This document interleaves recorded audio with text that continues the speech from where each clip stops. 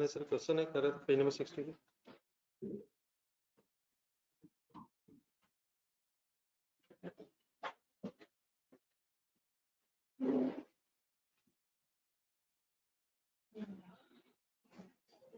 Point number 1 और 2 मेरे ख्याल हुआ था।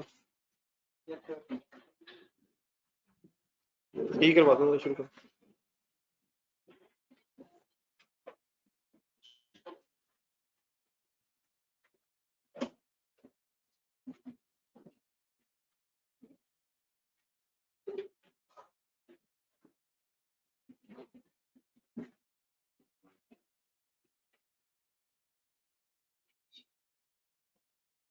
ये ऑनलाइन स्टूडेंट्स बड़ा आवाज आ रही है। पेज नंबर 60 पॉइंट नंबर 3 हो रहा है।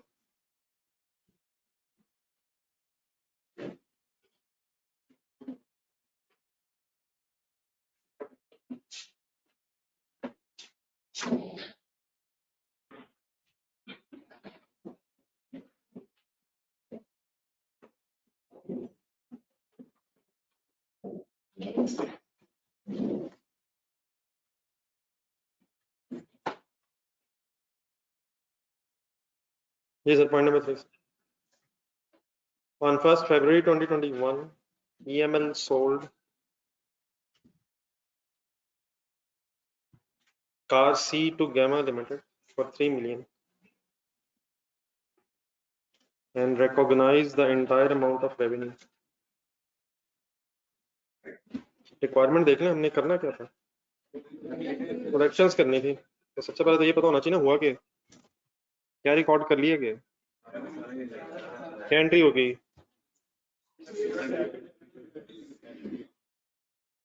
EML also provided GL a 0.2 million discount voucher for any future purchase of spare parts within 1 year. There is 80% likelihood that the GL will redeem the discount voucher and will purchase spare parts within 1 year. By the end of the year, no spare parts were purchased. Company normally sells car C for 3 million with no discount voucher. ये 3 million क्या है?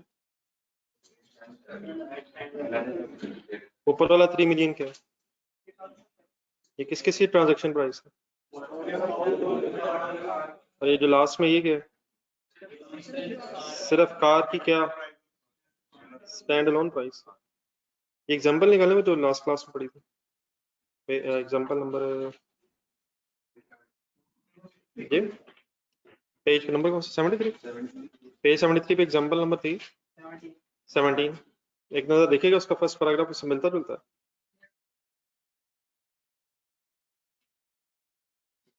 Discount voucher sir जी किस चीज का होना है? जो खरीद लिया है या खरीदना है? तो ये पहले क्लियर कर रहा हूँ, हम इसी में फंस गए थे। तो मसला फिर बस क्या है? कोई है मसला इसमें? और रेवेन्यू रिकॉर्ड हो तो गया। नहीं, सही मसला बताएं, जरा देखना चाहिए।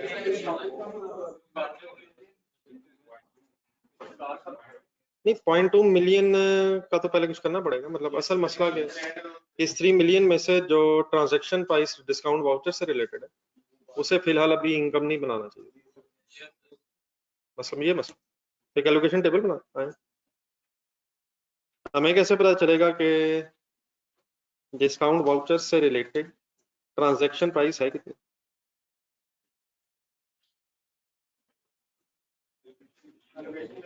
ये एलोकेशन टेबल। परफॉर्मेंस ऑब्लिगेशंस कौन कौन से? Car and discount voucher.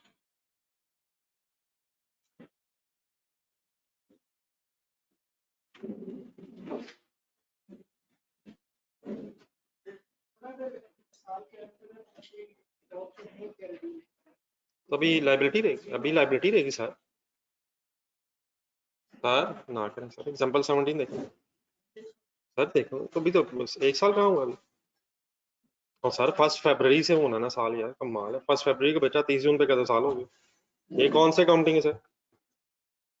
31 जनवरी अगले साल होगा ना ये?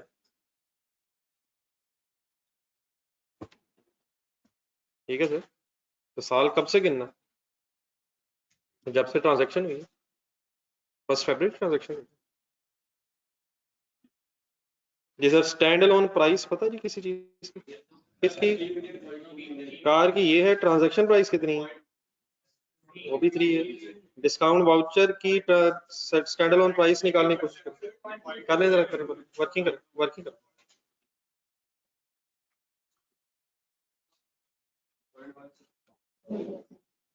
डिस्काउंट वाउचर की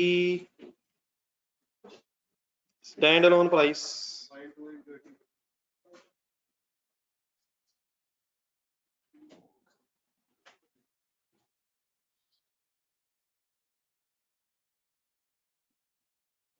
अब 0.2 मिलियन क्या है, जरा रिलेट करेंगे एग्जांपल 17 से।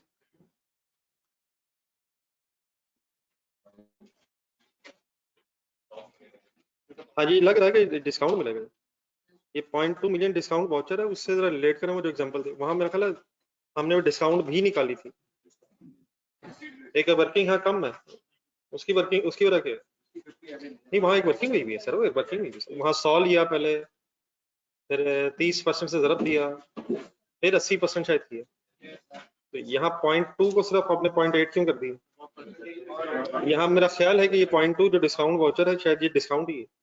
वहाँ ये बताया हुआ था कि वो 100 की परचेजेस करेगा, हम 30% डिस्काउंट देंगे, 80% लाइवलीहुड है। यहाँ शायद डिस्काउंट की अमाउंट गिवन है, वहाँ 100 into 30 करके डिस्काउंट निकालनी थी। ठीक है, नहीं मतलब क्लियर? इसके साथ मेरे ख्याल लिख ही लें जरा पेज नंबर वगैरह, जब कभी जरा ये देखें तो एक दफा उधर नजर पड़नी चाहिए सीधा, या उधर लिख लें एग्जांपल 17 जब देखें, मतलब कहीं ना कहीं एक रेफरेंस लिखना दोनों का आपस में। एग्जांपल 17 के साथ लिखना है या इस पेज के साथ लिखना है?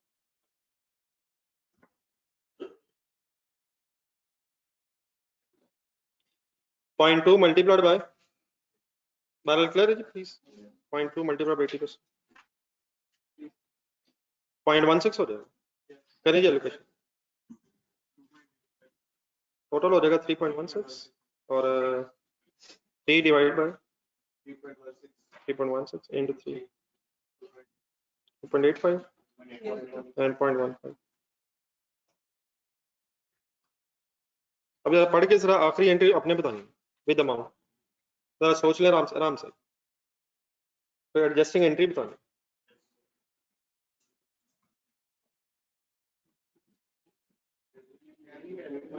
Revenue debit advance from customer contract liability credit कितने से? 0.15 से। 3 मिलियन ऑलरेडी रिकॉर्ड हुआ हुआ, देख ढूंढे 3 मिलियन का रेवेन्यू रिकॉर्ड किया गया हुआ है। हमारा इतराज शायद सिर्फ क्या है, 2.85 तो रेवेन्यू रिकॉर्ड होना चाहिए on the delivery of car, लेकिन ये 0.15 कब इनकम बनना चाहिए? नहीं, एट द ईयर एंड जरूरी नहीं है, हमें पता चल जाता या तो उसने ये डिस्काउंट वाउचर रिडीम कर दिया होता या फिर साल गुजर गया होता। तो यहाँ ना उसने डिस्काउंट वाउचर अभी रिडीम किया है और साल क्यों नहीं गुजरा, 30 जून आ तो गया, 1 फरवरी को बेचा। ठीक है, तो what is the only rectifying entry? शायद revenue debit advance from customer contract liability, कमाया नहीं है, कब कमाएंगे? वहां ढूंढ के जरा बताएं, विच एवर इज अर्लियर, एक विच एवर इज अर्लियर की साइंस चल रही थी। एग्जांपल 17 एक नजर देखना सही तरह वर्ड्स।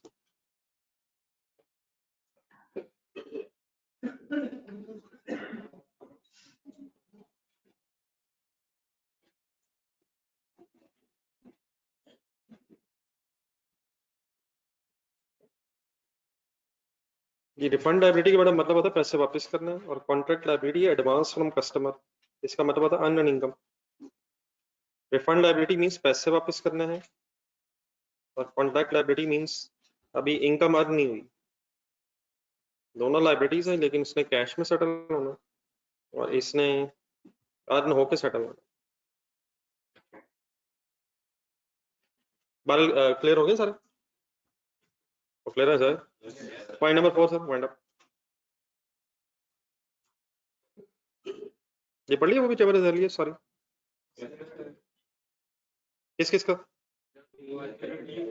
या तो वाउचर रिडीम हो जाए या टाइम पीरियड एक्सपायर हो जाए ना। यहाँ अभी वाउचर रिडीम हुआ है ना टाइम पीरियड एक्सपायर हुआ, इसलिए दूसरी एंट्री नहीं कर रहे हैं।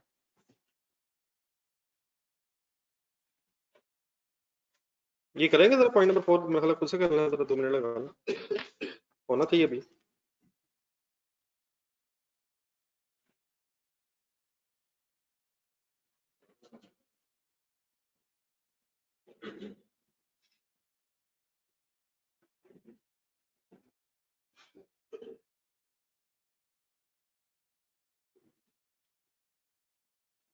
सिंपल निकला है सर।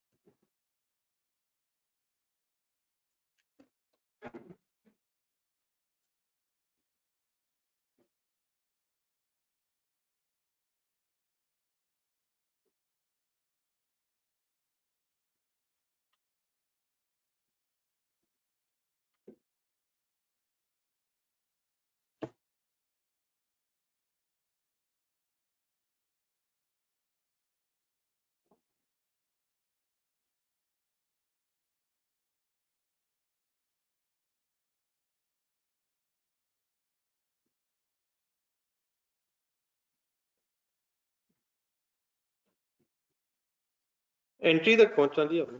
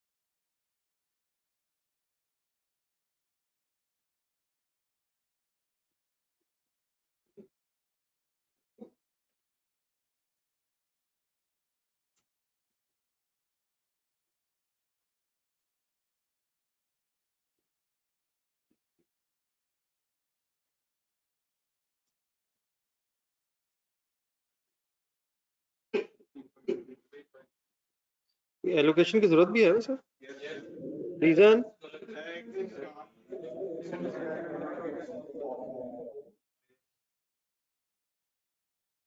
है कार का रेवेन्यू रिकॉर्ड होना है when the car is transferred, और एनुअल मेंटेनेंस सर्विसेज ने साल में इनकम बनना, and sum of stand alone prices is not equal to transaction price. ये एलोकेशन तो ये है, एडजस्टमेंट कर एंट्री, एक फाइनल एंट्री बता, लिख लो फाइनल एंट्री की तरफ ढूंढे, एक एंट्री हुई भी है, आराम से कर, आराम से 1 मिनट लगा लो।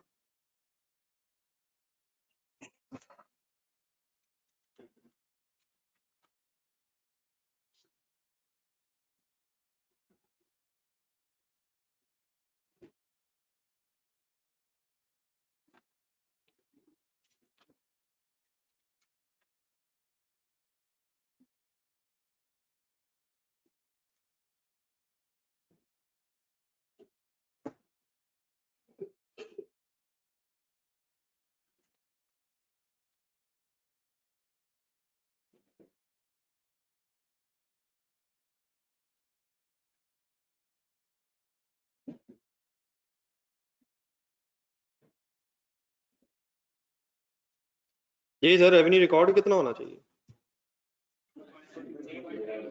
बस 3.2। 3.32 तो रेवेन्यू रिकॉर्ड होना चाहिए कार का। और क्या सर्विसेज का भी रेवेन्यू होना चाहिए रिकॉर्ड?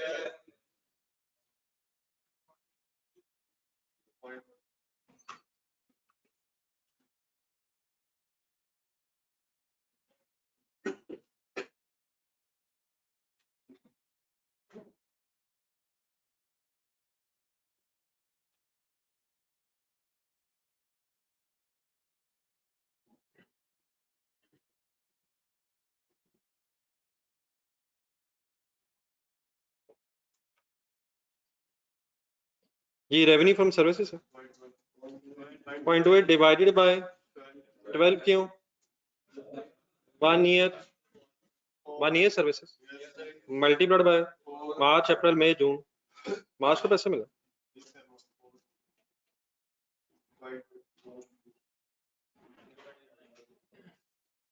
0.1। एंट्री क्या करें? सीरियस एंट्री है वैसे। 1.2 से क्या एंट्री हुई भी? कैश डेबिट कितना?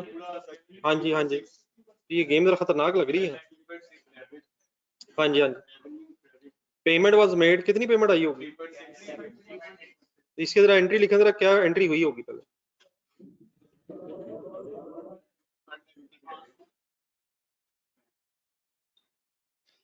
कैश डेबिट रेवेन्यू क्रेडिट हुआ हुआ है 1.2 से, तो फिर बाकी क्या बना हुआ है? Advance contract liability 2.4। करें हिम्मत। मैंने तो वो लिखा जो रेवेन्यू रिकॉर्ड होना था। ऑन करें game sir. Revenue further record होना चाहिए। रेवेन्यू फॉर कार कितना? नहीं अलग अलग मेरे ख्याल लिखना। 3.32 माइनस 1.2 ये हो जाएगा 2.12। Revenue from services, revenue from services 0.1। Definitely अब ये दोनों रेवेन्यू से इकट्ठे भी कर सकते हैं। इसके अगेंस्ट डेबिट क्या करेंगे? रिफंड लायबिलिटी मेरा एडवांस कॉन्ट्रैक्ट लायबिलिटी,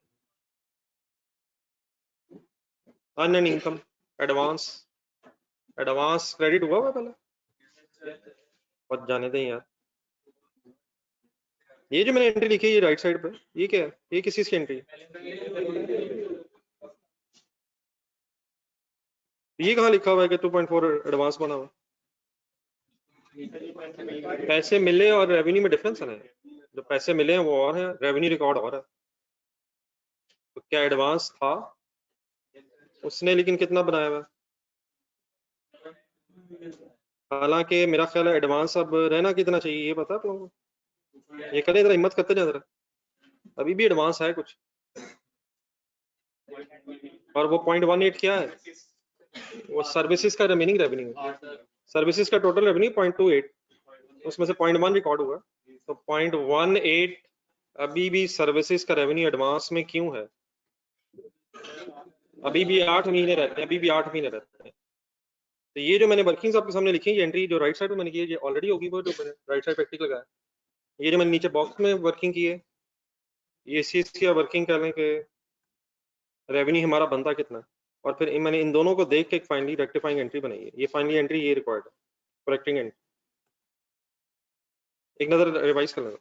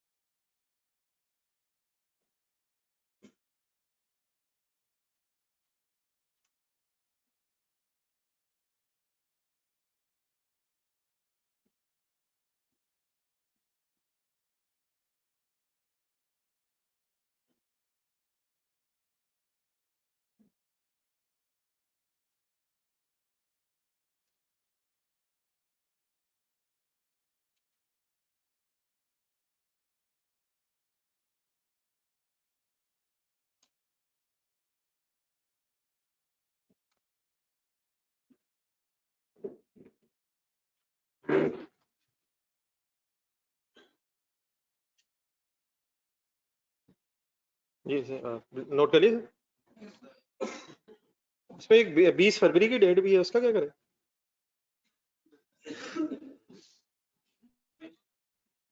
बीस फरवरी का कुछ क्यों ना करें? इसमें डिलीवरी मेरा ख्याल हुई है 1 मार्च को, तो पेमेंट भी 1 मार्च को, डिलीवरी 1 मार्च को, तो 1 साल का फ्री मेंटेनेंस एग्रीमेंट है। तो ये 4 महीने जो हमने गिने, कहाँ से गिने? तो ठीक है, लिखा तो हुआ है सोल्ड, लेकिन फाइनली डिलीवरी जो उसकी है, कंट्रोल जब ट्रांसफर हुआ है वो शायद 1 मार्च है। तो 1 ईयर मेंटेनेंस है, देखो 4 मंथ्स कहाँ से काउंट हुआ? मार्च, अप्रैल, मई, जून। ओके बराबर।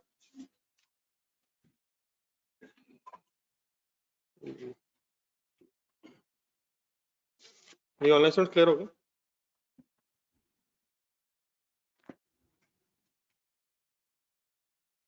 पेज नंबर 74 निकालो। पेज नंबर 74,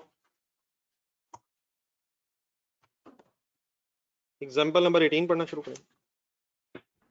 इसके साथ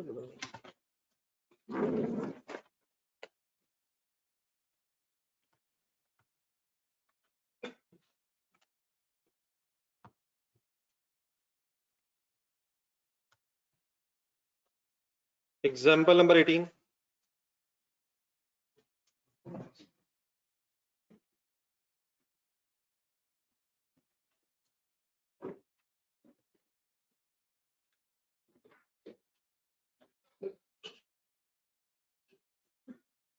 एग्जाम्पल नंबर 16 से कुछ मिलता जुलता काम है, जरा पढ़ना शुरू करें। फर्स्ट पैराग्राफ ये सर बदले आप।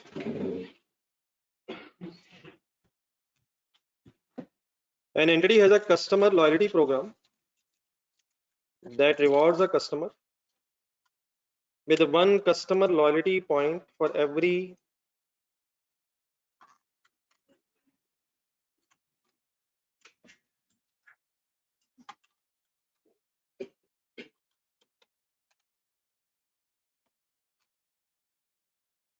an entity दोबारा शुरू करना शुरू से। An entity has a customer loyalty program that rewards a customer with 1 customer loyalty program loyalty point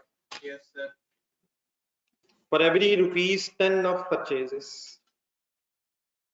ये क्या चीज है जी लॉयल्टी पॉइंट?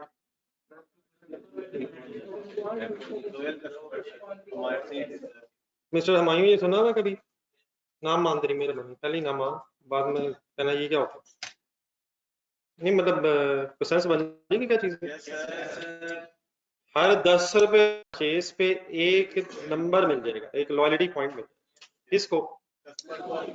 उससे क्या होगा? Next line, each point is redeemable for ₹1 discount. Her point पे 1 रुपए का डिस्काउंट। 10 क्या? 1 क्या? हर 10 रुपए की परचेज पे 1 पॉइंट, और हर पॉइंट पे 1 रुपए की डिस्काउंट मिल जाएगी या मिलेगी? फॉर एनी फ्यूचर परचेज भी नोट करो of the entities form. Future में जब कोई परचेज करेगा जिसके पास लॉयल्टी पॉइंट होगा, तो उसका हर एक पॉइंट उससे 1 रुपए की डिस्काउंट के लिए एंटाइटल कर देगा। During a reporting period customers purchase products for 100,000 and earn 10,000 points that are redeemable for future purchases। सही? 1 लाख क्या है और 10,000 क्या? 1 लाख की परचेजेस के अगेंस्ट 10,000 लॉयल्टी पॉइंट्स क्यों इशू हुए हैं? क्योंकि हर 10 पे 1 पॉइंट होगा। The consideration is fixed and the stand-alone price of the purchased product is, मतलब अगर पॉइंट्स ना भी बेचते, पॉइंट्स ना भी देते, तभी 1 लाख ही लेना था, तो सॉर्ट ऑफ एडिशनल है। लेकिन अब जो हमने चीजें बेची हैं 1 लाख रुपए की, उसमें क्या हमने लॉयल्टी पॉइंट्स भी दिए हैं? तो उन लॉयल्टी पॉइंट्स के अगेंस्ट फ्यूचर डिस्काउंट देना हमारी एक परफॉर्मेंस ऑब्लिगेशन बन जाएगी, जो कब सेटल होगी? जब वो आएगा और डिस्काउंट क्लेम करेगा। आ गया है या आएगा? वो आ गया हुआ यार, परचेजेस हो चुकी हैं। कितने की परचेजेस हो चुकी हैं, कितने पॉइंट्स अर्न हो गए हैं, इन पॉइंट्स पे डिस्काउंट फ्यूचर में मिलनी है, और वो डिस्काउंट देना हमारी परफॉर्मेंस ऑब्लिगेशन। तो यकीनन अब ₹1,00,000 हमें मिला होगा as a customer, sorry as an entity, तो उस लाख पे इनकम बना लें, या उस लाख में से लॉयल्टी पॉइंट्स के अगेंस्ट डिस्काउंट जो देनी है उसको अलग कंसिडर करें। ये तकरीबन उससे ही हो जाएगा। पिछला पेज देखो, ये सॉरी पिछली एग्जांपल, और थोड़ा सा फर्क क्या है, शायद यहाँ लॉयल्टी पॉइंट्स कह रहा था, वहाँ डिस्काउंट वाउचर कह रहा था। अरे वापस, the entity expects 9500 points to be redeemed। इसका क्या मतलब हुआ? 10,000 डिस्काउंट के लॉयल्टी पॉइंट्स मिले तो हैं, लेकिन हमारी उम्मीद क्या है कि सिर्फ 9500 पॉइंट्स मींस क्या 9500 रुपीस डिस्काउंट दें? वो कहाँ से रुपीस कहाँ से बीच में आ गए? Every point, second line is redeemable for ₹1 discount. So therefore next line underline करना, वो कहता है entity estimates a standalone selling price on the basis of likelihood of redemption। 9500 रुपया अब उसने बना दिया इस 9500 पॉइंट्स का स्टैंड अलोन प्राइस की फिगर। इन 9500 पॉइंट्स की स्टैंड अलोन प्राइस 9500 रुपीस कैसे बना? हर पॉइंट पे ₹1 की डिस्काउंट, तो 10,000 क्यों नहीं, 9500 क्यों? हमारा ये अंदाजा कि सारे पॉइंट्स रिडीम नहीं है। वो जो सारी वर्किंग शायद हमने की थी ये इस पिछली एग्जांपल में, जो 11 निकाला था शायद, ₹12 शायद नहीं, वो 11 तो एलोकेट हुआ था, ₹12 जो निकाले थे, ये शायद ₹12 की जगह फिगर है। वो 12 को फिर बेस बना के 11 निकाला था, मतलब 12 स्टैंड अलोन प्राइस जो निकाली गई थी, ये उसकी जगह शायद 9500। ठीक है, तो नेक्स्ट आने सर वही गेम है उसमें की, बस उसमें एक नई बीच में एडिशन आनी है बस। The points provide a material right, the points provide a significant right to the customer that they would not receive without entering into the contract। इस कॉन्ट्रैक्ट में एंटर होने से ही उन्हें ये पॉइंट्स मिले हैं। Consequently, the entity concludes that the promise to provide, ये भी consequently भी implies है, that the promise to provide points to a customer is a performance obligation। और अगर ये परफॉर्मेंस ऑब्लिगेशन है तो फिर अकॉर्डिंगली जब ये परफॉर्मेंस ऑब्लिगेशन सेटिस्फाई होगी तो फिर इसका रेवेन्यू रिकॉर्ड होगा। कहना वही चाहता है। The entity allocates a transaction price of 100,000 to the product and the points on a relative stand-alone price basis as follows। Table बनाओ, जो प्रोडक्ट्स बेची हैं एक तो वो परफॉर्मेंस ऑब्लिगेशन है, और देन पॉइंट्स के अगेंस्ट जो डिस्काउंट मिलनी है या पॉइंट्स के अगेंस्ट जो डिस्काउंट देनी है वो एक परफॉर्मेंस ऑब्लिगेशन। वर्किंग देखेंगे सही हुई कैलकुलेटर पर, ₹1,95,000 के और 100,000 नीचे दूसरे कॉलम में क्या एलोकेशन करें sir? 1 lakh divided by multiplied by 1 lakh divided by 109.5 into 100,000। ये कहा देखिए अपनी वर्किंग का हाथ से 9132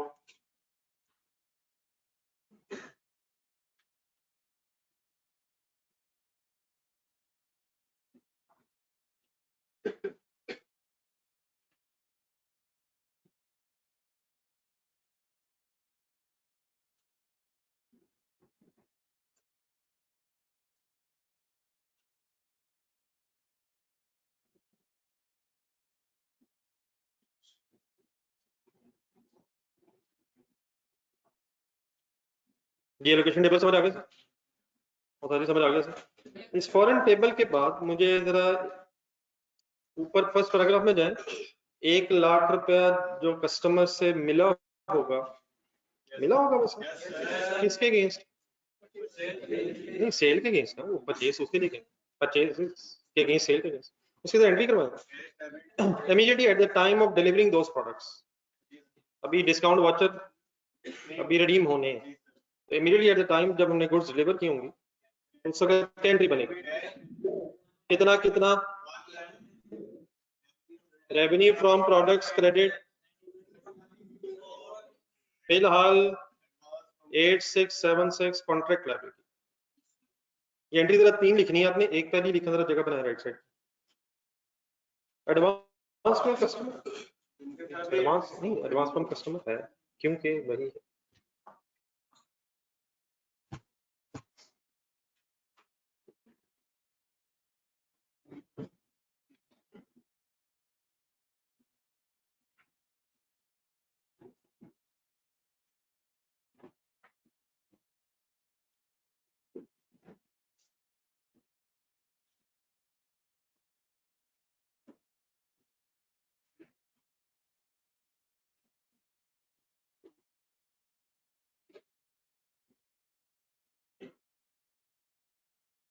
At the time of transfer of control of products,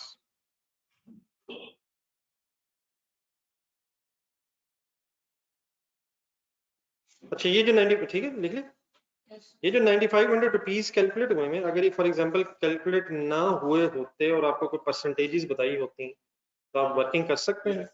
तो वो वही प्रिंसिपल हो जाएगा जिसका भी आपने अप्लाई भी किया एग्जांपल 17 में। यहाँ से 9500 बता दिया है, अगर वो लाइक्लीहुड वगैरह बता देता तो आप खुद भी वर्किंग कर सकते हैं, अपनी प्रोबेबिलिटीज वगैरह लगा।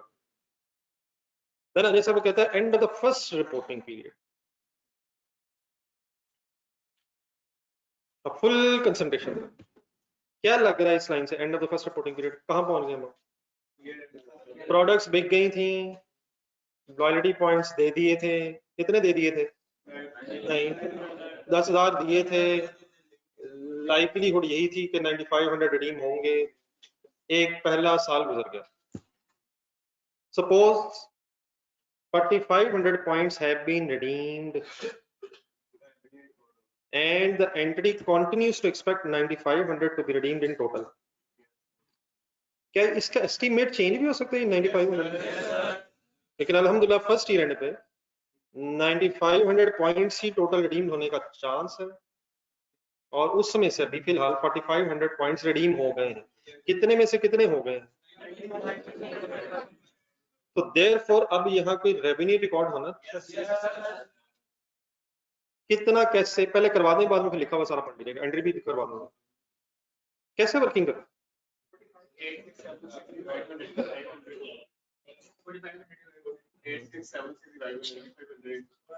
कैसे वर्किंग करूं?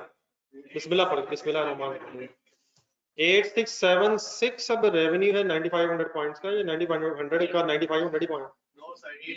What is the revenue to be recognized of 9500 points?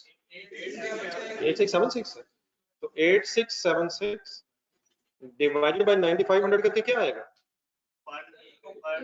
पर पॉइंट रेवेन्यू, पर पॉइंट सॉर्ट ऑफ रेवेन्यू आ जाएगा। अगर मल्टीप्लाई 4500 किया है, 4500 point redeem.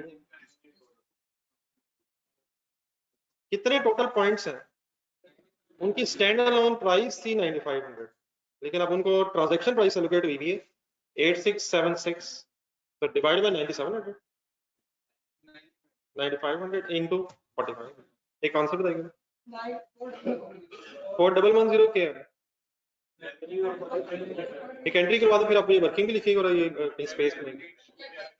Contract liability debit, contract liability debit and revenue, sorry कितने से? 4110।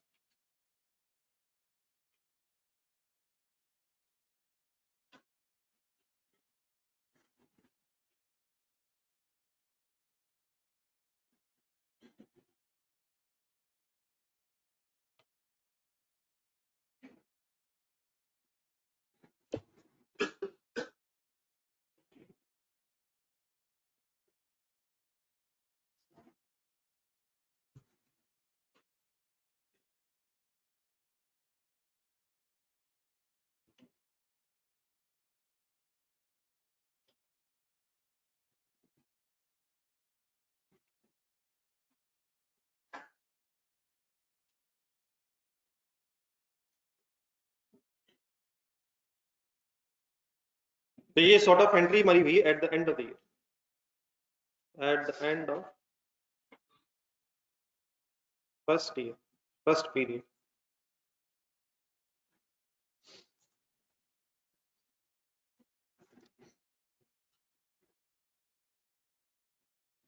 ये ठीक है बेटा?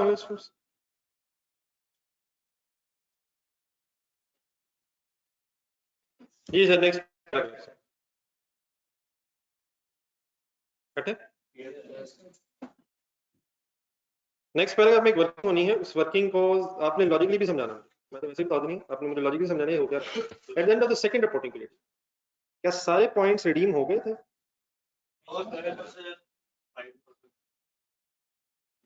5000 आपके अंदाजे के मुताबिक रहते थे, लेकिन गेम चेंज हो गई।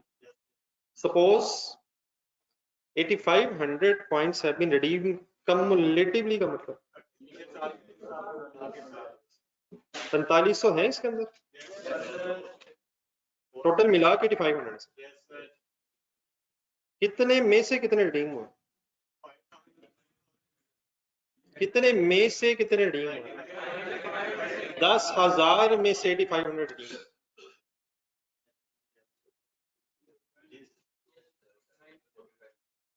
हमारे अंदाजे के 9500 में से 8500, लेकिन जो हमने पॉइंट्स इशू किए हुए वो 10,000 ही हैं। ढूंढने जरा ढूंढ, तो चेंज इन एस्टिमेट आने लगा सर, आने लगा, हो सकता है। वो कहता है entity updates it's estimate of the points that will be redeemed and now aspects that, ये बढ़ भी सकता है और कम भी हो सकता है। इसे कैसे समझे, मतलब 9700 कहां से क्या हुआ, किस में से क्या हुआ? 9500 में से नहीं, वो तो वर्किंग तो करने, वर्किंग इस वक्त नहीं कर, मतलब 10,000 में से हमारा अंदाजा था 9500 पॉइंट्स रिडीम हो गए। अब इसे कैसे बोला जाए? अब 10,000 में से हमारा अंदाजा 9700 रिडीम हो, तो क्या एस्टिमेट बदल गया है? विल बी रिडीम्ड, कैलकुलेटर पढ़ने बताएं अभी भी कितने रिडीम होने फ्यूचर में।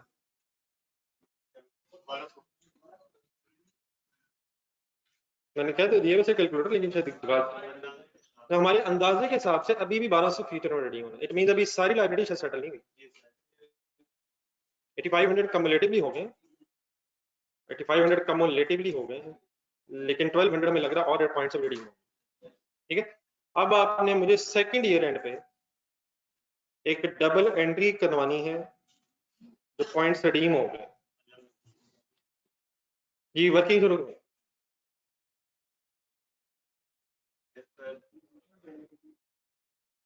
शुरू करवाए सर। अब 8676 क्या था ये? हाँ जी ठीक है, डिवाइड पे बता, ये 9500 कैसे? अब एस्टिमेट बदल गया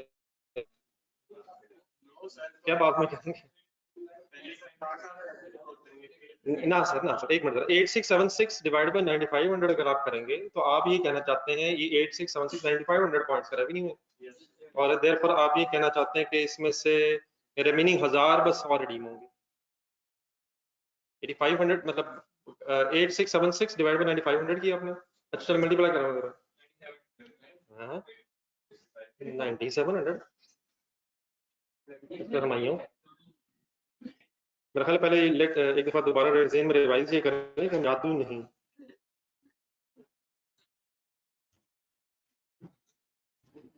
eight six seven six divide by 9500 तो ठीक है, तो आपने करवाया सही। हाँ जी बताए बताए, मल्टीप्लाई बाई क्या करें? ये 8500 क्यों करें? 8500 क्यों करें? कैलकुलेटर पकड़, कैलकुलेटर पकड़, कैलकुलेटर। 4500 पॉइंट्स का रेवेन्यू रिकॉर्ड हो चुका है, इस 8500 में 4500 है, 4500 है तो 4000 होना चाहिए, गेम खत्म हो ऐसे ही होना चाहिए। पिछली वर्किंग देखें कैसे की थी, नहीं इसी तरह अगर की थी तो बताया क्यों नहीं? हाँ यकीनन 8500 मल्टीप्लाई किया जा सकता है, लेकिन उससे क्या होगा? कुछ इशू नहीं, उसे कम्युलेटिव आ जाएगा, माइनस वो हो जाएगा जो पहले किया है, डिफरेंस आ जाएगा, लेकिन पहले डिफरेंस लेना, ऐसे होना चाहिए, ऐसे ही होना चाहिए। लेकिन अब इस वर्किंग में एक चेंजिंग सिनेरियो में एस्टिमेट चेंज होने में कोई प्रॉब्लम है? नहीं मतलब वो एस्टिमेट चेंज होने से क्या इस वर्किंग में इशू है? अगर फॉर एग्जांपल एस्टिमेट अभी भी 9500 पॉइंट्स का ही होता तो फिर तो बात खत्म होगी, फिर तो शायद कोई इशू नहीं है, रिजॉल्व हो जाएगा मसला। तो नई चीज अब बीच में क्या है? नहीं एस्टिमेट चेंज अब क्या है?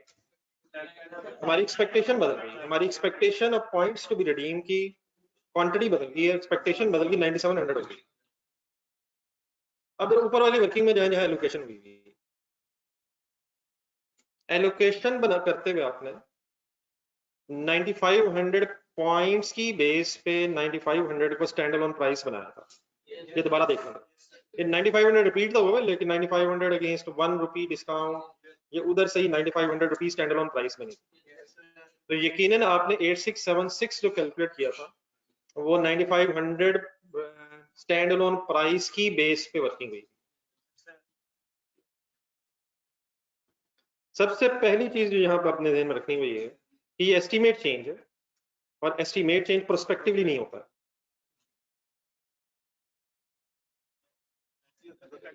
नहीं होता प्रोस्पेक्टिवली, नहीं होता, प्रोस्पेक्टिवली ही होता है। कैसे नहीं होता, कैसे होता है? रेट्रोस्पेक्टिवली नहीं होता।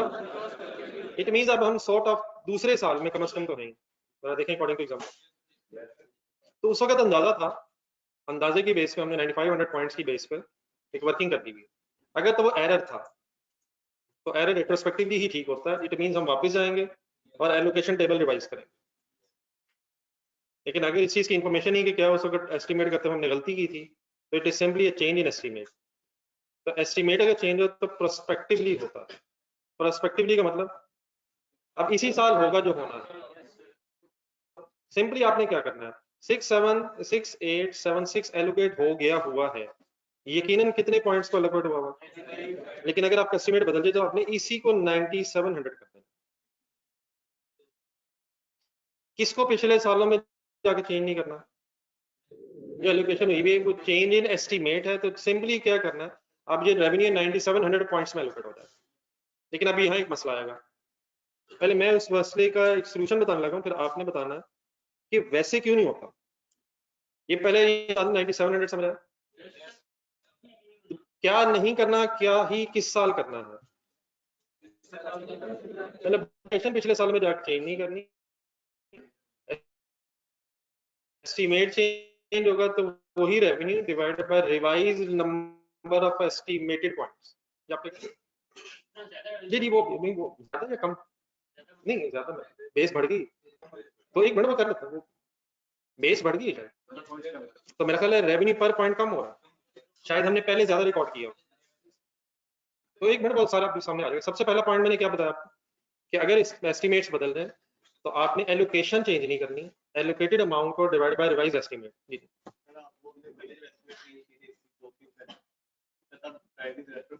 नहीं नहीं, आप समझे, एक दो तीन गिरे बीच में। और सर जी वो रेट्रोस्पेक्टिव करेक्शन नहीं कह रहा था, वो सिंपली ये कह रहा था पिछले ट्रांजैक्शंस की प्राइस एडजस्ट हो जाएगी यार। वो रेट्रोस्पेक्टिव ट्रीटमेंट कोई नहीं हुआ, वो जब हुआ तभी किया हमने, एस्टीमेट यही तभी किया है, उसमें लिखा जाता प्राइस पिछली भी एडजस्ट हो, बस ये था। क्या वो गलती पिछले सालों में जाके ठीक की थी? अगले एग्जांपल देखें, एग्जांपल 20 ना कर सही, अगली अगली एग्जांपल सेकंड क्वार्टर में आके पिछली एडजस्टमेंट की है यार, it was change in estimate. हाँ, करनी कैसे थी, पिछली प्राइस एडजस्ट होनी थी, वो कोई रेट्रोस्पेक्टिव अकाउंटिंग ट्रीटमेंट नहीं हो रहा था, प्राइस एडजस्टमेंट रेट्रोस्पेक्टिव होती है। It wasn't an error. अल्हम्दुलिल्लाह देखें एग्जांपल 20 है, उसकी एंट्री लिखी हुई है। आपने 750 से रेवेन्यू डेबिट और फंड लायबिलिटी शायद क्रेडिट किया हुआ है, कब किया है? सेकंड क्वार्टर में किया। हाँ, सेकंड क्वार्टर में पिछले एडजस्टमेंट करके किए, क्योंकि that was given in question कि प्राइस पीछे से चेंज होगी, वो सिर्फ रेट्रोस्पेक्टिव था, प्राइस पीछे से चेंज होगी। तो अकाउंटिंग ट्रीटमेंट करने के लिए हम पिछले सालों में नहीं गए थे, वरना तो हमें फर्स्ट क्वार्टर में जाके रेवेन्यू करेक्ट नहीं करना चाहिए। तो हमने फर्स्ट क्वार्टर वाले रेवेन्यू को तो नहीं छेड़ा। हाँ, वो जो हो गया है उसको करेक्ट किए, जिस पीरियड में पता चला दैट इज सेकंड क्वार्टर। अब ठीक है प्लीज, वापस ले रहे हो, एस्टिमेट चेंज है। जी सर, मेरी बात क्या, मैं इस वक्त बात क्या कर रहा था कि एलोकेशन टेबल रिवाइज नहीं होना, पिछले साल में जो बन गया है सिंपली क्या होना है। अच्छा, अगर फॉर एग्जांपल वो कहता हमारा एस्टिमेट ये है कि 9000 पॉइंट्स रिडीम होंगे, तो बस 9000 मींस व्हाट, दो चेंज पॉइंट्स हैं बस वो अपने।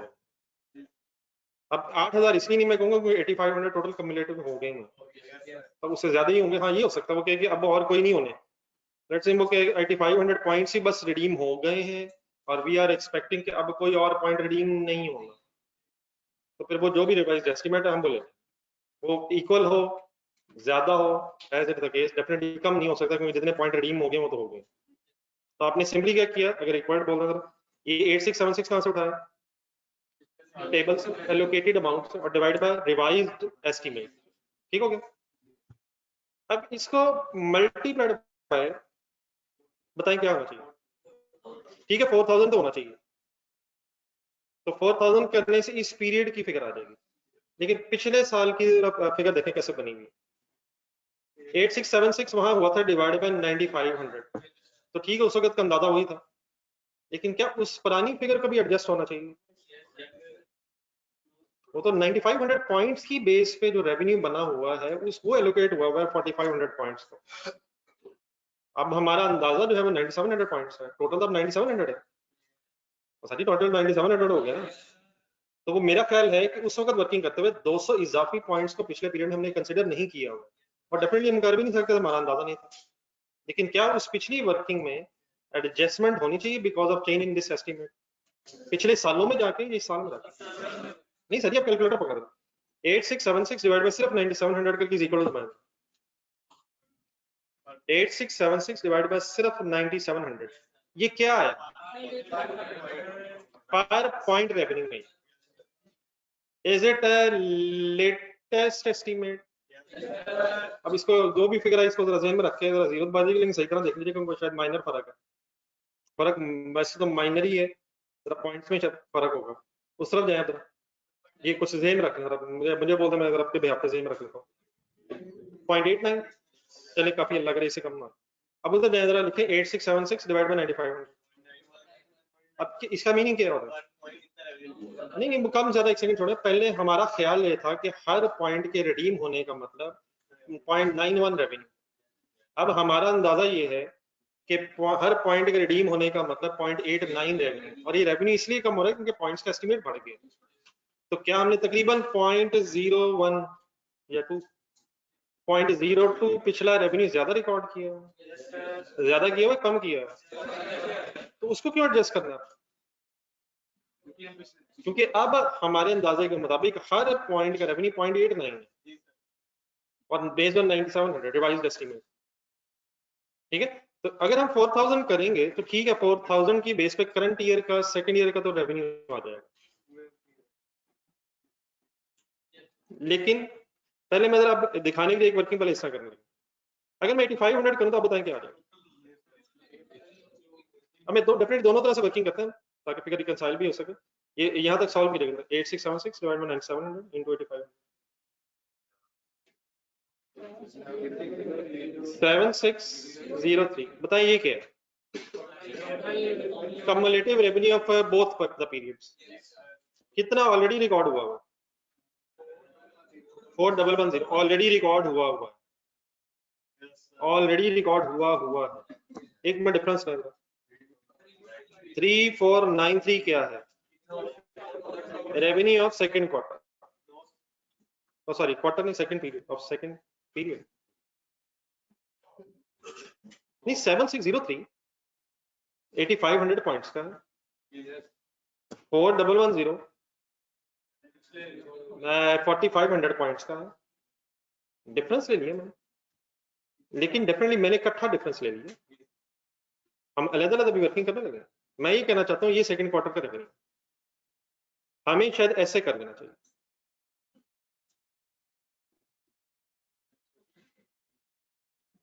इनके 4000 पता है सबको कहां से आ रहा है, कहां से आए, 8500 पॉइंट्स माइनस 4500 पॉइंट्स, ये सेकंड पीरियड में सेकंड ईयर में जो पॉइंट्स रिडीम हुए, इसका जरा एक मिनट आंसर 3578, ये बताइए क्या है, तो उधर वो आ रहा है इधर ये आ रहा है,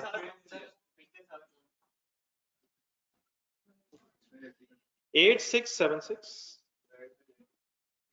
डिवाइड बाय 9700 इनटू 4500, एक मिनट करेंगे और कंसंट्रेट कीजिएगा क्या हो रहा है, कंसंट्रेशन 40 क्या है ये 4025, इतना रेवेन्यू रिकॉर्ड होना चाहिए था अगर एस्टीमेट 9700 पॉइंट्स होता, रिकॉर्ड हुआ कितना हुआ है, इनका डिफरेंस है डिफरेंस नहीं या प्लस कर दें? क्या 85 ज्यादा रेवेन्यू रिकॉर्ड हुआ था? पिछले साल में जाके ठीक कर रहा हूँ, खैर इसी साल रहा हूँ चेंज इन एस्टिमेट, लेकिन पिछले सालों का फैक्ट जो ज्यादा रेवेन्यू रिकॉर्ड हो गया उसको करेक्ट करना। तो इसे इंक्रीज करना है डिक्रीज करना है? It is decrease in revenue, इससे डिक्रीज हो, तो इन दोनों का नेट इफेक्ट है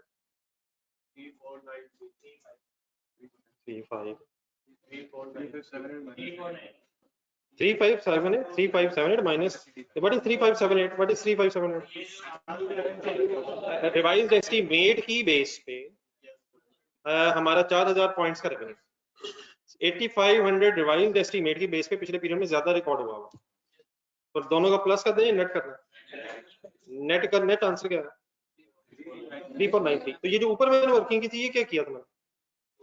नहीं, वो मैंने किया क्या था, मैंने कम्युलेटिव रेवेन्यू निकाल लिया 8500 पॉइंट्स का, उसमें 4000 भी आ गए पुराने और 4500 भी आ गए, और उसमें से जो 4500 पॉइंट्स का पुराना रेवेन्यू रिकॉर्ड हुआ था वो माइनस करके मैंने डिफरेंस ले लिया। तो वहां दो चीजें नेट ऑफ हो गई, कौन सी? करंट पीरियड का और पिछले पीरियड की एडजस्टमेंट नेट ऑफ होगी, लेकिन डेफिनेटली अगर हम इसे लॉजिकली देखना चाहें तो क्या क्या हुआ, तो एक काम क्या हुआ जरा बोल दें, और दूसरा काम क्या हुआ, जो पिछला एक्सेसिव रिकॉर्ड हो गया था बिकॉज ऑफ लोअर एस्टिमेट शायद, वो रिवर्स हुआ। आप बात समझ गए? ये लिखें वर्किंग, दोनों तरह लिखें और करें।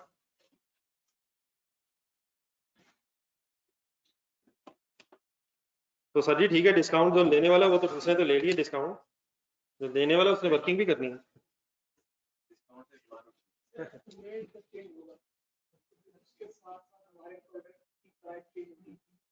नहीं, हमने तो ₹1 डिस्काउंट दी हुई है सर, मैं तो आप प्राइस जितनी मर्जी बढ़ा लें, डिस्काउंट ₹1 है। ट्रांजैक्शन प्राइस चेंज नहीं होनी, कस्टमर से आप पैसे ले चुके हैं, अगर तो आप कस्टमर से दोबारा पैसे ले रहे हैं फिर तो गेम ही और होगी। कस्टमर ने चीजें खरीदनी है, हमने उसके अगेंस्ट पॉइंट इशू कर दी है, वो पैसे दे के घर चला गया, अब उसके पास ये राइट है कि आके अपनी डिस्काउंट रिडीम करा ले। वो आ रहा है, कितना आ रहा है, कितना आएगा, ये गेम होगी। कस्टमर से पैसे लेने हैं या कस्टमर को डिस्काउंट दे के हमारी परफॉर्मेंस ऑब्लिगेशन बन गई। और अभी भी अब गलत तरफ मुझे खतरा है, एक तरफ उधर निकल गए, उधर नहीं जाने देना मैंने। वो जब आएगा फ्यूचर में चीजें खरीदेगा, हम जब उस वक्त डिस्काउंट देंगे तो पिछला परफॉर्मेंस ऑब्लिगेशन वाला हमारा जो रेवेन्यू वो अर्न, वो अगला तो होगा ही होगा, जब वो चीजें खरीदेगा उसकी अलग एंट्री। ये तो पिछला जो हम डिस्काउंट दे बैठे हैं उसका रेवेन्यू भी फाइनल हो रहा है। वो ₹1,00,000 जो हमने उससे लिया हुआ है उससे कब पूरा कमाएंगे? चीजें दे दी हैं, लेकिन जब तक, अब इसकी लिमिट अच्छा कोई नहीं बताई हुई है, भी जरा क्लियर रखिएगा, इसमें हो सकता है एक लिमिट भी हो ना कि लॉयल्टी पॉइंट के अगेंस्ट डिस्काउंट कब तक लेनी है। इसकी अगर कोई लिमिट होती तो फॉर एग्जांपल अगर पहले साल लिमिट ही खत्म हो जाती तो वो जितना रिमेनिंग बच गया वो खत्म हो जाता, बट वी आर अज्यूमिंग कि शायद इसकी कोई लिमिट नहीं है जब तक वो आ जाए। ठीक है, तो ये किस रेवेन्यू की रिकॉग्निशन की बात हो रही है जो उस वक्त ले लिया था?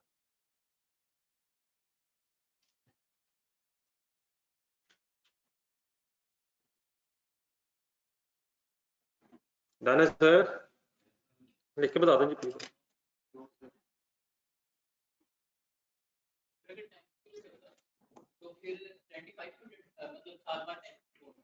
नहीं, फिर तो जितने पड़ा होगा आपके पास कॉन्ट्रैक्ट लायबिलिटी में सारा इनकम, फिर तो इमीडिएटली बन जाएगा ना।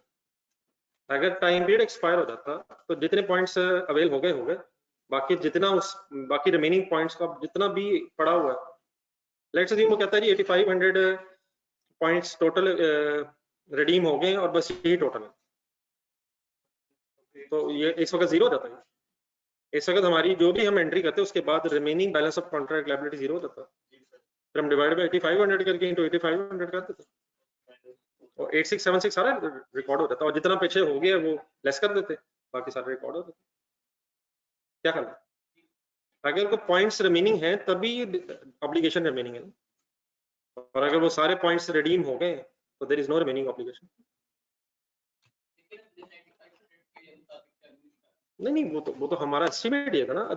अगर अगर अगले पीरियड में फॉर एग्जांपल अब 8500 टोटल हो गए, अगर वो सारे रिडीम हो गए 1500, तो भी कर लेते हैं, 38 चलते हैं।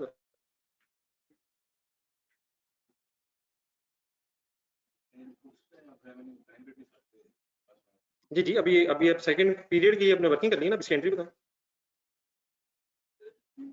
जी जी,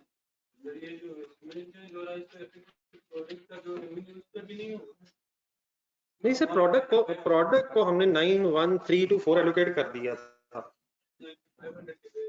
नहीं, वो वही तो कह रहा हूँ, वो 8676 भी तो 9500 की बेस पे की है। तो वो जो एलोकेशन पिछले सालों में हो गई है, अगर उस वक्त के एस्टिमेट्स के मुताबिक ठीक है, तो उस एलोकेशन को रेट्रोस्पेक्टिवली पिछले सालों में जाके करेक्ट करके रेवेन्यू एडजस्टमेंट नहीं, बस जो ऑनवर्ड्स होना है वो करना, जो हो सकता है फ्यूचर में वो करना, जो हो गया है वो अल्हम्दुलिल्लाह हो गया। जिस तरह अगर डेप्रिसिएशन का कोई एस्टिमेट चेंज होता है, for example straight lines reducing या रेजिडुअल वैल्यू वगैरह, हम सिंपली क्या करते हैं, हम सबसे पहले डब्ल्यूडीवी निकालते हैं। उसका मतलब क्या होता है, जो हो गया है वो तो हो गया, अब जो रह गया बस उसको सोचना फ्यूचर में। डब्ल्यूडीवी निकालते हैं, फिर हम पूरी कॉस्ट को तो नहीं डेप्रिशिएट करते। हाँ, लेकिन अगर एरर हो गया, हमें पहले ही पता था कि 10 साल लाइफ है, लेकिन 15 साल पर डेप्रिशिएट करते रहे, वो फिर वहीं से शुरू करेंगे, वो ये होना था, ये हो गया है, बाकी रिटेन अर्निंग से एडजस्ट करें। ये एक एंट्री है। और सर ये एंट्री तो बता दें यार, contract liability debit, contract liability debit and revenue कितने से, रेवेन्यू फ्रॉम पॉइंट्स 3493,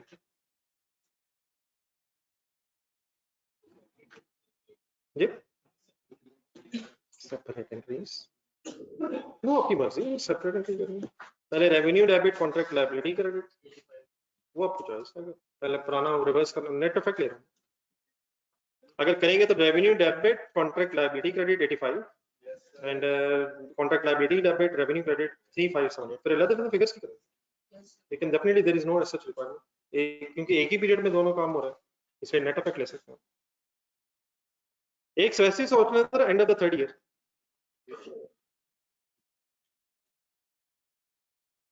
बल्कि एक सॉरी यहाँ इससे पहले की लाइन लिखा, एक रिमेनिंग कॉन्ट्रैक्ट लायबिलिटी की अमाउंट कैलकुलेट करें। अभी है कॉन्ट्रैक्ट लायबिलिटी की रिमेनिंग, बताएं कितनी, शुरू से कर रहे हैं 867 में से कितनी इनकम बना ली थी, 4110 पहले बनाई थी, और अब कितनी बना ली है, 1073, ये 1073 रिमेनिंग है। अब जरा आ जाए थर्ड ईयर में,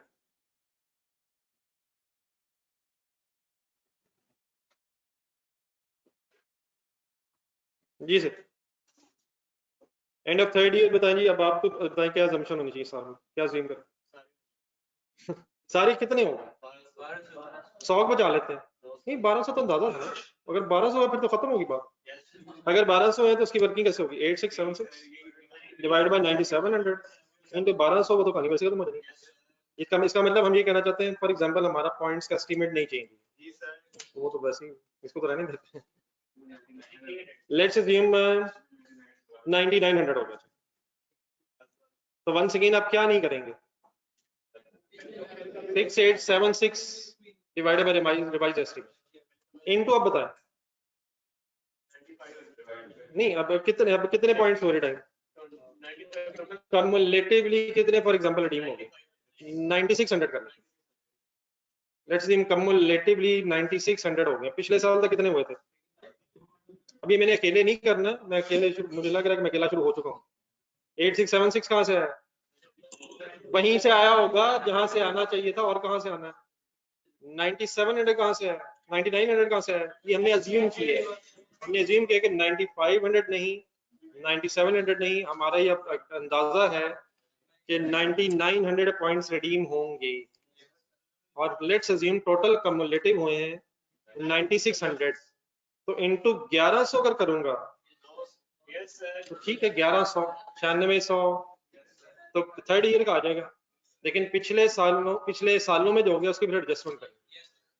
इंस्टेड ऑफ दैट क्या कर सकता हूँ, 9600 करके क्या आ जाएगा, कम्युलेटिवली रेवेन्यू आ जाएगा सबका रिवाइज, और माइनस क्या किया जा सकता है, जो ऑलरेडी चार्ज हुआ हुआ है डिफरेंस आ जाएगा। ये बता दो जरा कितना चार्ज, कितना रिकॉर्ड किया है? नहीं मतलब कैसे रफीक बोलो, 4110 प्लस करेंगे सर, मैं मतलब इकट्ठा कर रहा हूँ सर, इसको प्लस करके फिर 9500, बल्कि इसका अभी आंसर आना चाहिए, यहाँ तक आंसर था 9600। 8413 का रेवेन्यू रिकॉर्ड होना चाहिए कम्युलेटिवली तीसरे साल तक, माइनस ऑलरेडी रिकॉर्डेड है।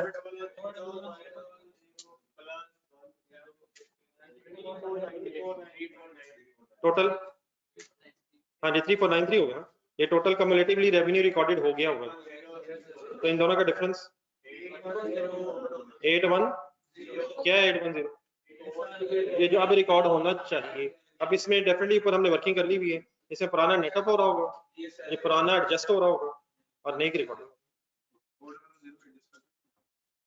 नहीं, वो अगर आप कर चुके हैं तो आप फिर ये लें, अगर आपने ये नहीं लेना फिर आप ये लें, ऊपर ढूंढना, फिर आप 7603 लें, फिर 7603 लें, लेकिन वो ना ले मेरा ख्याल, मतलब नहीं, वो जो हमने 4110 को एडजस्ट किया था उसका इफेक्ट 4393 में आ तो रहा,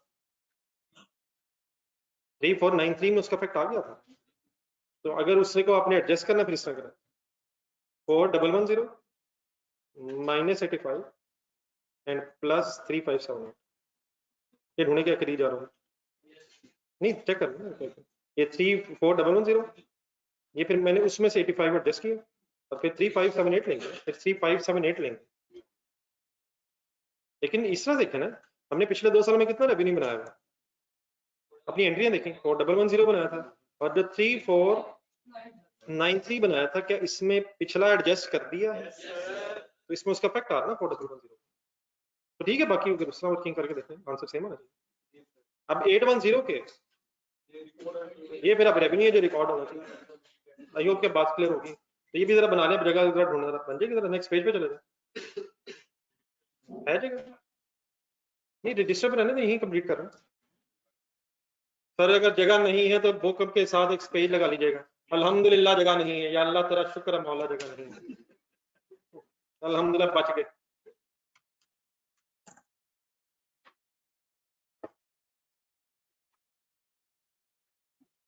बहुत टाइम रहता है,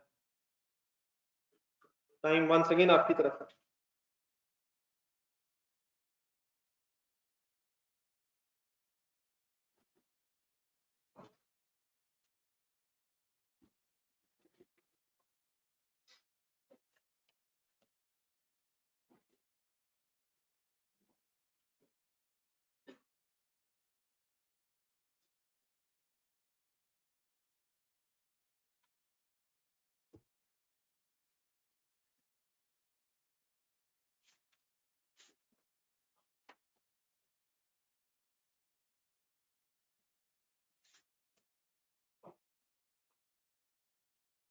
कहानी मुक गई, 9600 कहाँ से है, तो मिस्टर नासिर आप ये बताएं 9900 कहाँ से है, वो मैं बताता हूँ।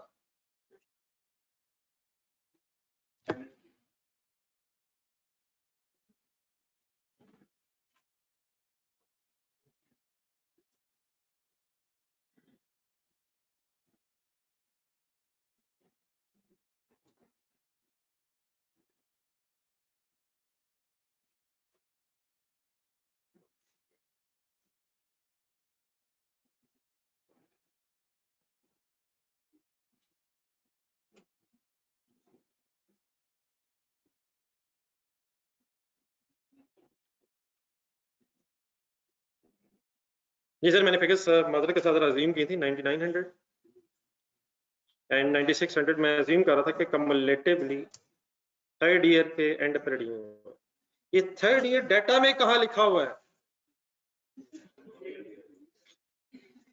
जी सर जी, कुछ दिन पहले हमने एक बिल एंड होल्ड सेल पढ़ा था, है कुछ में पेन पकड़े हाथ में और पूरी एग्जांपल 19 लंबी सी अंग्रेजी, पूरी एग्जांपल 19 जल्दी से पढ़ के रिवाइज करें, पेन पूरा हाथ में, नियत से बिस्मिल्लाहिर्रहमानिर्रहीम। एग्जाम्पल नंबर नहीं इधर ही पढ़े, मेरे ख्याल याद आ रहेगा। कुछ है मोटा मोटा याद?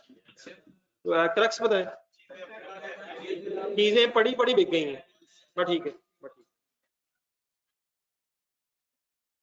ये ऑनलाइन स्टूडेंट्स पे करनी पड़ा स्टार्ट करें। एग्जांपल नंबर 19 इमीडिएटली इसके बाद फॉर जी वो सब कुछ आ रहा है इसमें, कस्टोडियल कॉस्ट, उसका पैसे, सब कुछ आ रहा है। ये याद है बड़ा, ऑनलाइन स्टूडेंट्स नोट कर लिया आपने?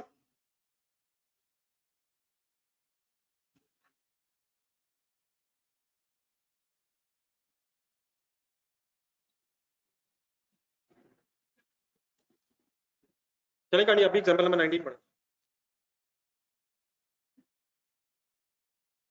इन चीजों को भी ना सीरियस नहीं कांडी, इसका कोई पता नहीं चलता, 20-20 नंबर का सवाल आ जाता, तो इनको प्रॉपर नियत से टाइम दें। ये कोई हमारी चॉइस नहीं कि कंसोलिडेशन में सवाल आना, वो भी पता नहीं कितना कौन है। आपकी तरफ से तैयारी पूरी होनी चाहिए।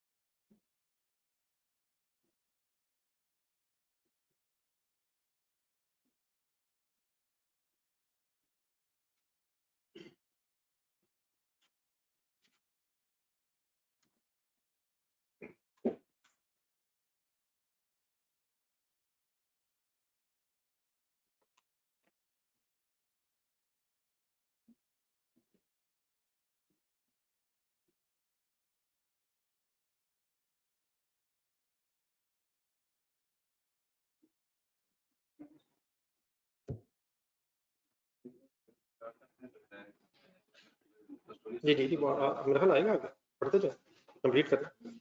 हम कस्टोडियल सर्विसेज के पैसे भी शायद ले रहे हैं, अगर वो इमटेरियल नहीं है तो उसको भी परफॉर्मेंस ऑब्लिगेशंस में शामिल होके ट्रांजैक्शन प्राइस एलोकेट होना चाहिए। ये मेरे ख्याल में लिखा हुआ सारा, पढ़ते जाए।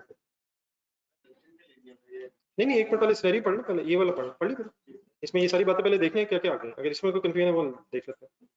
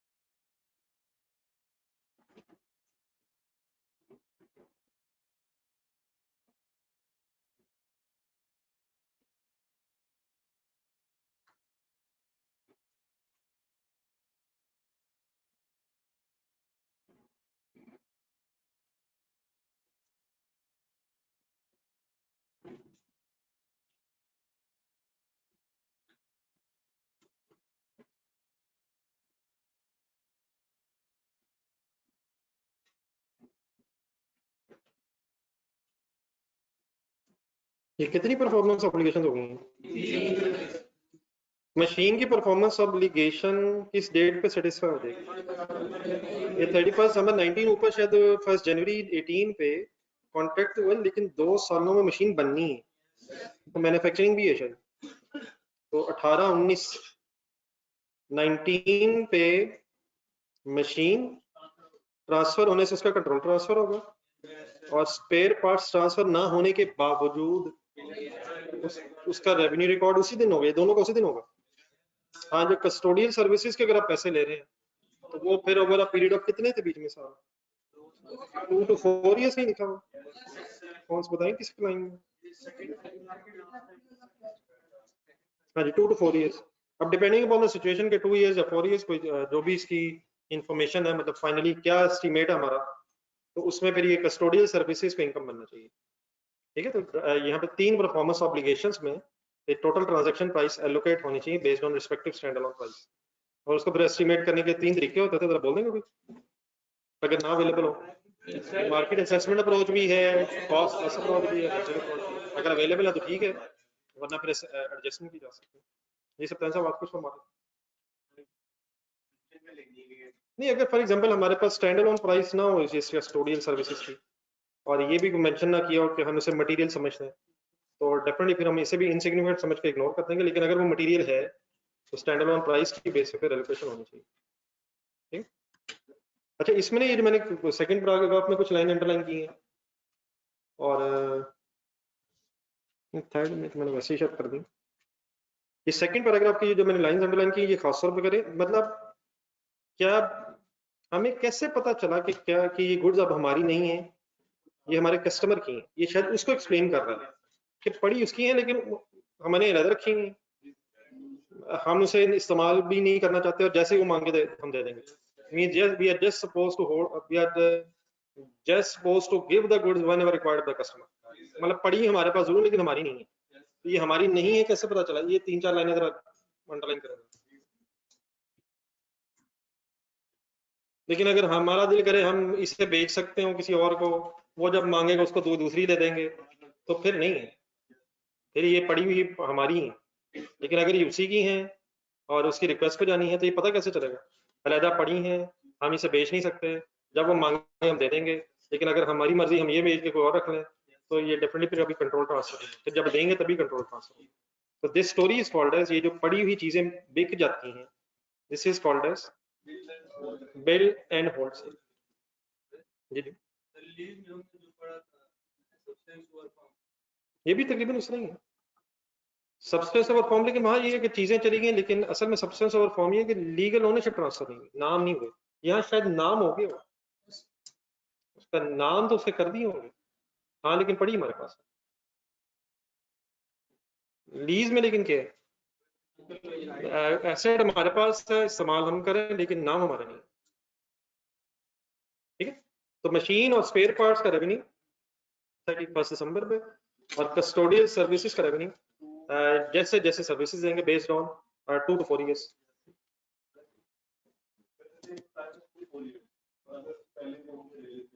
नहीं नहीं, हम फिर ठीक है, हमारा उस वक्त हम एस्टिमेट करेंगे ना, हम अपने एस्टिमेट के बेस पर बना लेंगे। अगर वो पहले ले लेगा तो फिर कस्टोडियल सर्विसेज स्टोरी खत्म हो, सारी इनकम बन जाए। एस्टिमेट में चेंज आएगा। पेज नंबर 56 पे बना दो, उठते उठते एक अच्छी सी एग्जांपल कर। अच्छा, आज आपने बस अब लीज कर दी फाइनल जो करनी थी, तो उसका बस आज कल मिला के टेस्ट देना, उसके बाद फिर इसको टाइम देना है। कल दे दें, लेकिन मतलब उसके बाद फिर कल से ऑनवर्ड जरा इसकी भी कुछ रिवीजन घर के लिए शुरू करें। एक मासूम सी चीज मासूम नहीं है, ये आप छेड़ना नहीं, बस ऐसे ही छोड़ दें। जी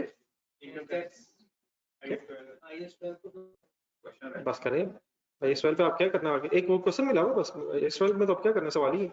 एक मैंने वो लीज का सवाल दिया था, एक दिन लीज का पेज नहीं दिया था मैंने कुछ दिन पहले, उसके बैक साइड पे वो करना तो वो करना, वो कर लिया था, वो कल रख लेना, कल से रखना। बाकी है बाई मेरे ख्याल बस एक वो कर लीजिएगा क्वेश्चन, बाकी फिर कुछ और बताता हूँ मैं। IS-37 इन दिनों में साथ पड़ेगा, ये तो कहते रहना हमने भाई, फिर सेट तो इंशाल्लाह 1 घंटे की, अब अगर आपने किया हो जी सर, पेज नंबर 56 पर।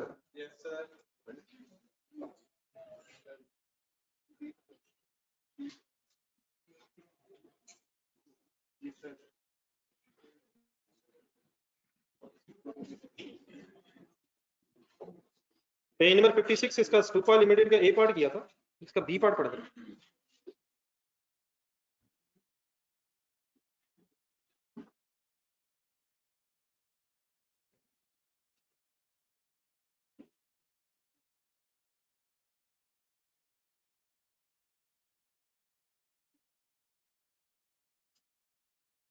ये अब यहाँ से ऑनवर्ड्स 2 टर्म्स आया करनी है, आ तो नहीं कुछ दिनों से और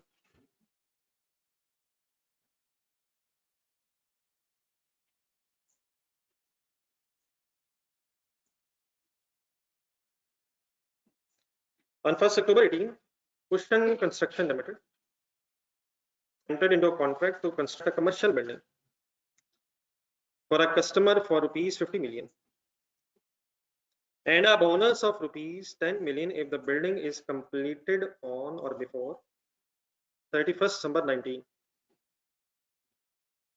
Till 30th June 19, KCL expected the building will be completed within the time at a total cost of 40 million. However, due to bad weather and time involved in the regulatory approvals, the building was completed on 28th February 2020 at a total cost of 42 million, of which 26 million was incurred till 30th June 19. Requirement: compute profit to be recognized for the year ended 30th June 19 and 20 if किसके साल का sir 1920 number 1 performance obligation under the contract is satisfied over time. Performance obligation in the contract is satisfied at a point in time. ये पहले तो ये बता दें, ये एक ही सिनेरियो है, दो हैं, इकट्ठा ही करेंगे दोनों को, ये अलग अलग तो सोचेंगे। एक स्टोरी क्या है कि परफॉर्मेंस ऑब्लिगेशन अगर ओवर टाइम सेटिस्फाई हो रही है, और एक ये है कि performance obligation at a point in time, at a point in time. इन दोनों वर्ड्स को जरा ऊपर रिलेट करें जरा। What should be the sense of these words? Satisfied over time, time के साथ साथ रिलेट करके बताएं जरा, इसका क्या मीनिंग होगा?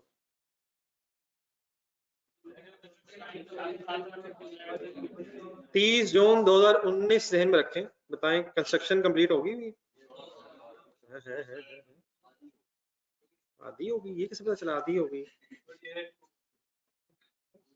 30 जून 2019 को कंस्ट्रक्शन कंप्लीट हो गई है। कब कंप्लीट हुई है? 28 फरवरी को हुई है। हमें कब लग रहा था हो जाएगी? 31 दिसंबर 19 को हो जाएगी, वो भी हुई नहीं थी उस वक्त, लेकिन 30 जून 19 को भी कंस्ट्रक्शन जारी थी। तो क्या 30 जून 2019 को रेवेन्यू रिकॉर्ड करेंगे? अगर performance obligation over time satisfy होनी है, तो जितना काम 30 जून 19 तक हुआ है उसकी बेस पे रेवेन्यू रिकॉर्ड होना चाहिए।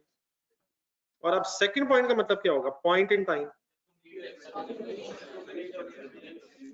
अब परफॉर्मेंस ऑब्लिगेशन किस लम्हे कंप्लीट होगी? नहीं, अकॉर्डिंग टू दिस एग्जांपल, जब बिल्डिंग कंप्लीट होगी। तो पॉइंट इन टाइम का मतलब क्या? Point in time and over time. हाँ जी, स्पेसिफिक टाइम की बात हो रही, स्पेसिफिक दिन की बात हो रही है, पॉइंट इन टाइम। और ओवर टाइम, टाइम पीरियड की बात, over a period of time. तो अगर पॉइंट इन टाइम की बेस पे हो तो बताएं, सोच के फाइनली बताएं, रेवेन्यू किसे रिकॉर्ड होना चाहिए? 28 फरवरी को, और बस 30 जून 19 को कुछ नहीं पर होना तो चाहिए।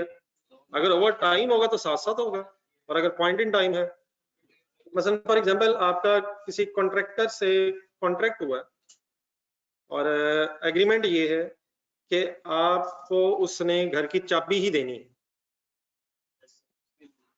और यूर लीस्ट बॉर्डर के साथ साथ कोई नहीं भाईजान, काम पूरा करेंगे चाबी हमें पकड़ा देंगे, हम अंदर जाएंगे, देख लेंगे, तसल्ली कर लेंगे, तो हम घर आपसे ले लेंगे। और दूसरी चीज ये हो सकती है कि जैसे जैसे जैसे जैसे और साथ साथ रेवेन्यू आ रहा है, तो अगर साथ साथ के इंटाइटल्ड हैं तो फिर साथ साथ रेवेन्यू रिकॉर्ड होना चाहिए। और अगर हम साथ साथ के इंटाइटल नहीं, हम एक ही दफा इंटाइटल बनेंगे, मींस जब परफॉर्मेंस ऑब्लिगेशन पूरी सेटिस्फाई हो जाएगी तो वो point in time. Difference clear हो जाएगा?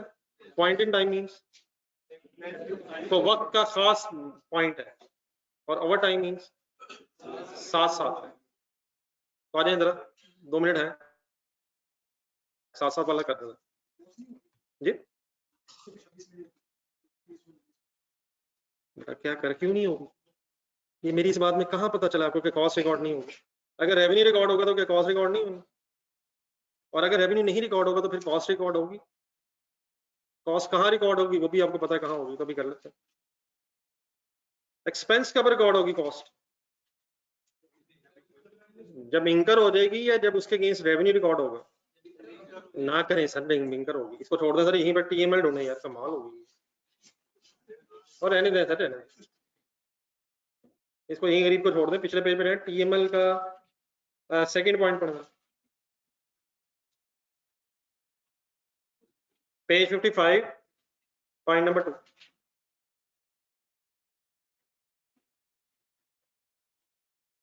ढूंढ के बताएं कितना खर्चा हुआ होगा।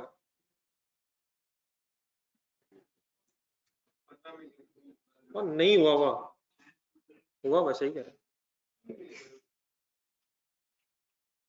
वो 15 मिलियन फिलहाल कहाँ पड़ा हुआ?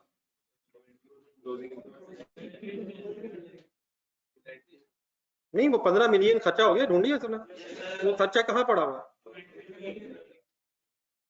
तो इन्वेंट्री में सही पड़ा हुआ? यस सर, सही पड़ा हुआ।